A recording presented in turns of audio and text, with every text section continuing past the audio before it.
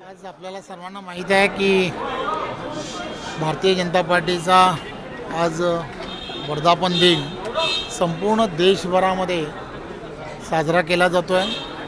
46 वर्ष सेवेची आणि 46 वर्ष ही समर्पणाची अशा पद्धतीने हा पूर्णच्या पूर्ण देशभरामध्ये असंख्य कार्यकर्त्यांच्या त्याग आणि समर्पणातून आज भारतीय जनता पार्टीचा प्रत्येक कार्यकर्ता आज ज्या ताकदीने संघटनात्मकदृष्ट्या काम करतो आहे, सरकार म्हणून केंद्रामध्ये आणि राज्यामध्ये काम करताना आपल्याला सर्वांना दिसतो आहे. या सर्व गोष्टी कार्यकर्त्यांपर्यंत पोचवणं आणि नव्याने पुढील वर्षामध्ये आपल्याला नक्की पार्टीला संघटनात्मकदृष्ट्या अजून मजबूत कसं करता येऊ शकतं, विविध कार्यक्रमांच्या उपक्रमांच्या माध्यमातून आपल्याला संघटना अजून मजबूत कशी करता येऊ शकते, कार्यकर्त्यांनी या सगळ्या गोष्टींमध्ये लक्ष देणं आणि कार्यकर्त्यांनी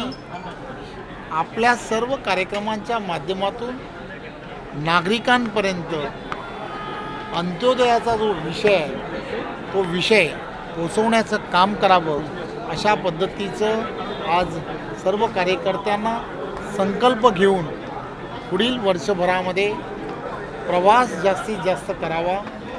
बूथ लेवलवरती प्रवास करून कार्यकर्त्यांनी त्या ठिकाणी संपर्क अधिक बळकट करावा, अशा पद्धतीचे आज सर्वांना आम्ही विनंती केली. सर, तुम्ही एक वाक्य महत्त्वाचं म्हटलं की 2024मध्ये फेक नेगेटिव्हने घात केलेला पाहायला मिळाला आणि त्याद्वारे एक सल्ला दिला की जास्तीत जास्त सोशल मीडियाचा वापर करा.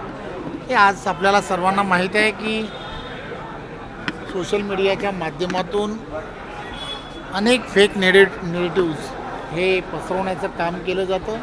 त्यामुळे आपण केलेली कामं ही लोकांपर्यंत पोचवणं, सामान्य जनतेपर्यंत पॉझिटिव्हली पोचवणं हे अत्यंत गरजेचं आहे. त्यामुळे डिजिटल प्लॅटफॉर्मवरती आपण सर्वांनी सक्रिय राहिलं पाहिजे, हे आज आम्ही कार्यकर्त्यांना सांगण्याचा प्रयत्न करतो. जे आहे ते राज्यामध्ये जास्त आहे. SIT स्थापन करण्यात आली, मात्र ठाकरे गटातून आता SITवर विश्वास नाही तर CID तपास केला पाहिजे अशा पद्धतीची मागणी केली जाते. आपल्याला सर्वांना माहीत आहे की आदरणीय देवेंद्रजी हे या सर्व विषयामध्ये अतिशय ताकदीने लक्ष देत आहेत आणि खात्री आहे की त्यामध्ये नक्की जे दोषी आहेत त्या दोषींवरती कारवाई केली जाईल.